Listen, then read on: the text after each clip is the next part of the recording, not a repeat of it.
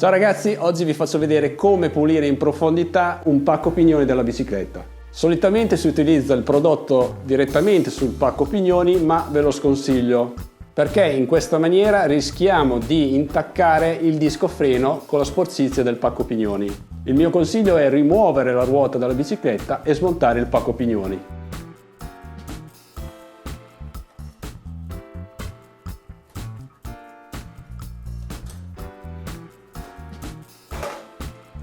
Per fare questo lavoro occorre un estrattore dedicato al pacco pignoni, una frusta e lo sgrassante dedicato. Inseriamo l'estrattore all'interno della cassetta, inseriamo la frusta sull'ultimo rapporto, quello più grande, così, inserisco la chiave così e svito in senso antiorario.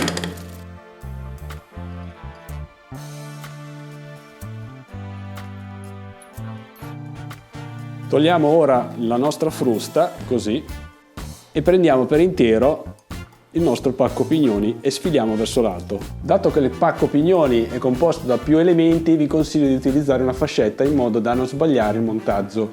Prendiamo un contenitore in plastica dove pulire la nostra cassetta, inseriamo la nostra cassetta all'interno del contenitore, così, e spruzziamo su tutta la superficie del pacco pignoni. Usiamo un pennello per semplificare il lavoro di pulizia. Wow, guardate quanta sporcizia abbiamo raccolto. A questo punto diamo una risciacquata finale e infine asciughiamo il nostro pacco pignoni con un panno.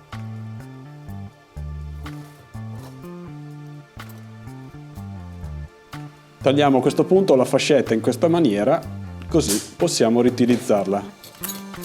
Prima di rimontare il nostro pacco pignoni andiamo a pulire anche il corpetto della cassetta. Prendiamo uno straccio, spruzziamo un po' di spray sgrassante, così, e puliamo il nostro corpetto.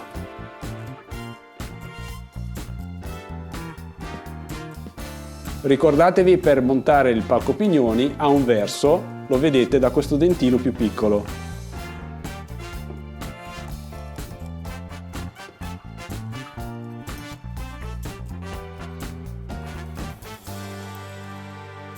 Ora montiamo la ghiera di chiusura.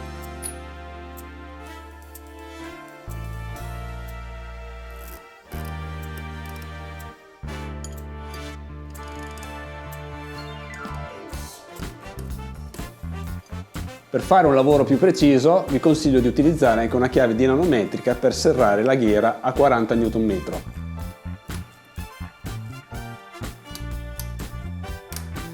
A questo punto rimontiamo la nostra ruota sulla nostra bicicletta.